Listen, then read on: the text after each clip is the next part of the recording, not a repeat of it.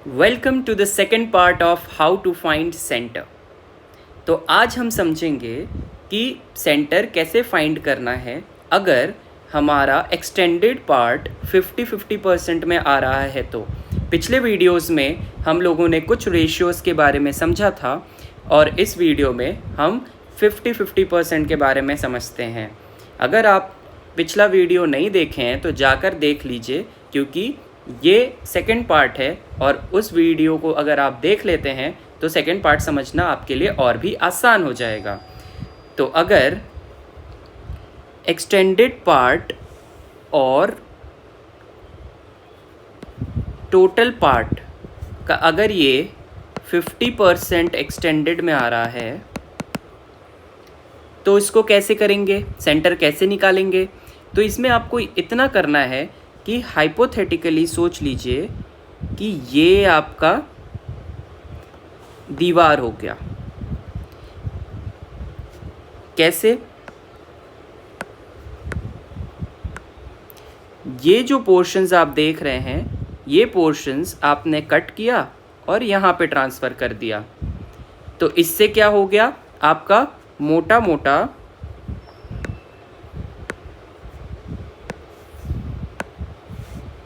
ये वाला दीवार आपको मिल गया, जो कि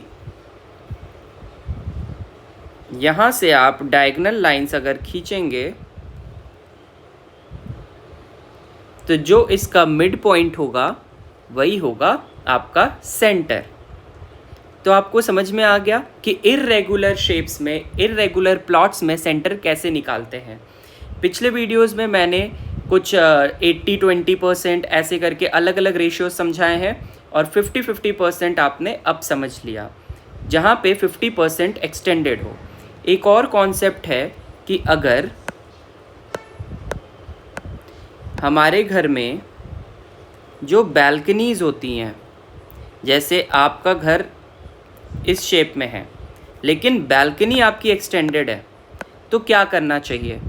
तो इसके लिए अगर इस बैल्कनी के ऊपर आपका छत है तो ये आप पूरे प्लॉट का हिस्सा मानेंगे, ये अब पूरे घर का हिस्सा मानेंगे सेंटर फाइंड करने के लिए।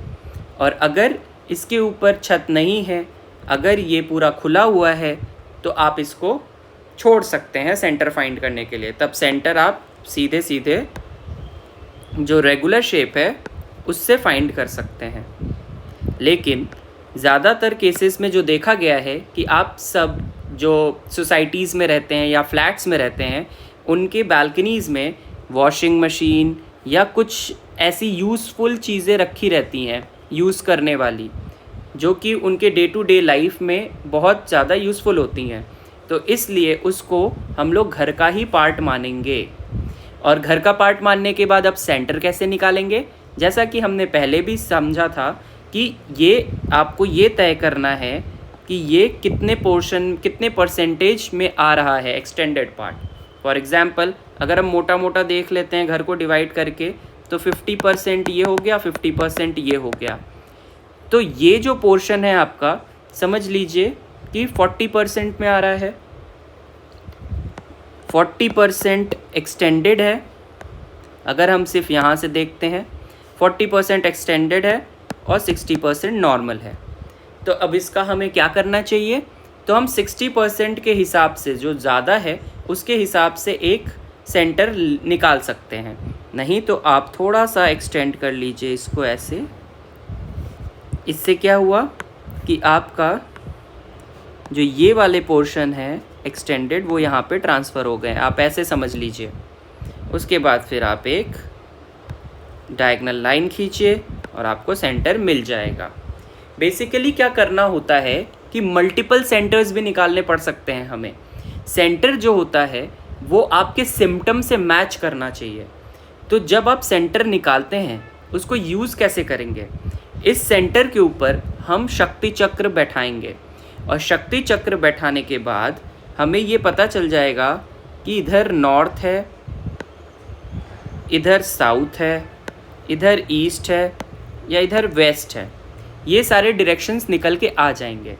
तो आपको अपने सिम्टम से पता लगाना है कि आपने जो सेंटर निकाला है वो आपके सिम्टम से मैच हो रहा है या नहीं हो रहा है।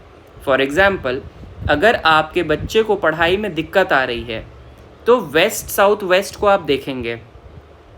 वेस्ट साउथ वेस्ट में वेस्ट साउथ वेस्ट, ये तो समझ लीजिए यहाँ पे साउथ वेस्ट आ जाएगा, तो वेस्ट साउथ वेस्ट यहाँ पे आएगा जब वेस्ट इधर है। तो वेस्ट साउथ वेस्ट वाले रीजन में क्या कोई टॉयलेट सीट या कोई एंटी एलिमेंट है? अगर वो आपका इस मैप से मैच हो जाता है तो इसका मतलब आपका ये सेंटर सही निकला है। और अगर वो सिम्टम मैच नहीं होता है तो आपको थोड़ा सा प्लस माइनस करके फिर से मेहनत करनी है और फिर से सेंटर फाइंड आउट करना है। अमूमन क्या होता है कि हम लोग प्रोफेशनल से नक्शा बनवाते हैं, तो जब प्रोफेशनल बना के नक्शा देते हैं तो वो ऑटोकैड से बनाते हैं जिसमें मास ग्रेविटी सेंटर निकलता है। तो ऑटोमेटिकली आपकी चीज़ें बहुत ही रिफाइंड और फाइन ट्यून्ड हो जाती हैं, तो उसमें आपको टेंशन लेने की ज़रूरत नहीं होती है। लेकिन सेंटर निकालने आपको आना चाहिए क्योंकि आप वास्तु पढ़ रहे हैं और आगे चलकर कभी भी ड्राफ्टमैन से या जिन्होंने आपका मैप बनाया है उनसे कोई गलती हो जाए तो उसको आप चेक भी कर सकते हैं। क्रॉस चेक करने आना चाहिए, इसीलिए सेंटर निकालने सीखना बहुत ज़रूरी है आपके लिए। हमने बैल्कनीज़ डिस्कस कर ली, हमने प्रपोर्शंस डिस्कस कर लिए कि कैसे कब सेंटर मानेंगे कब नहीं मानेंगे। अगर थोड़ा बहुत, जैसे कि आप इसमें देख सकते हैं, अगर थोड़ा बहुत कट पोर्शन है तो उसको आप इंक्लूड कर सकते हैं सेंटर में, जैसा कि हमने प्रीवियस वीडियो में पढ़ा।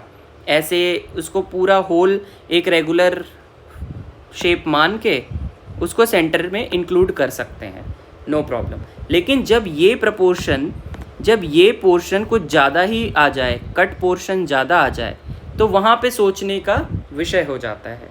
वहाँ पे आप क्या कर सकते हैं कि इसे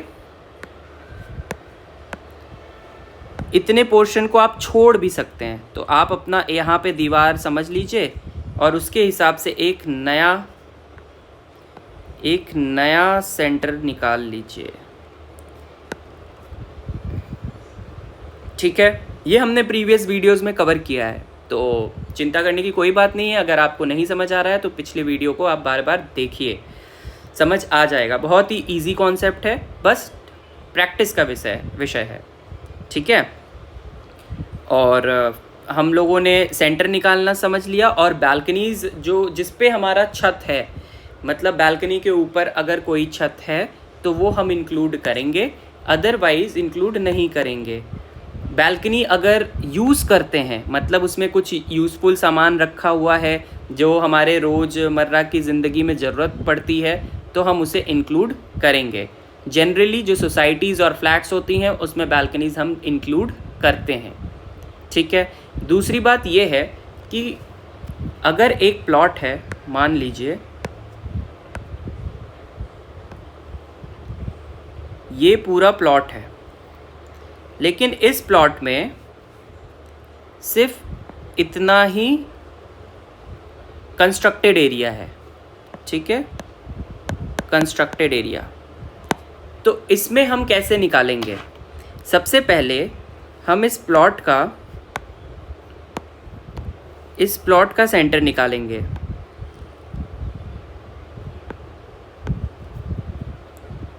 ये सेंटर निकल गया। जो भी हमें प्लॉट में चीज़ें करनी हैं, जैसे कि गेट लगवाना है, फाउंटेन लगवाना है, बागीचा बनवाना है, वो हम इस सेंटर के हिसाब से करेंगे। और जो चीज़ें हमें घर में करनी है वो हम कंस्ट्रक्टेड एरिया के हिसाब से करेंगे। ठीक है, जैसे कि यहाँ ये वाले सेंटर के हिसाब से करेंगे। तो अब आप लोगों को समझ में आ गया होगा कि ऐसे केसेस में 2 सेंटर्स निकालने होते हैं और अकॉर्डिंगली हमें चीज़ों को व्यवस्थित करना पड़ता है। ठीक है, अगर कोई और डाउट होगा वास्तु से रिलेटेड तो आप कमेंट बॉक्स में लिख सकते हैं, आपको ज़रूर रिप्लाई मिलेगा। और हमारे साथ बने रहिए, सब्सक्राइब कीजिए, चैनल को फॉलो कर लीजिए ताकि आपके पास ये फ्री कोर्स की वीडियोस पहुंचती रहे। Thank you so much.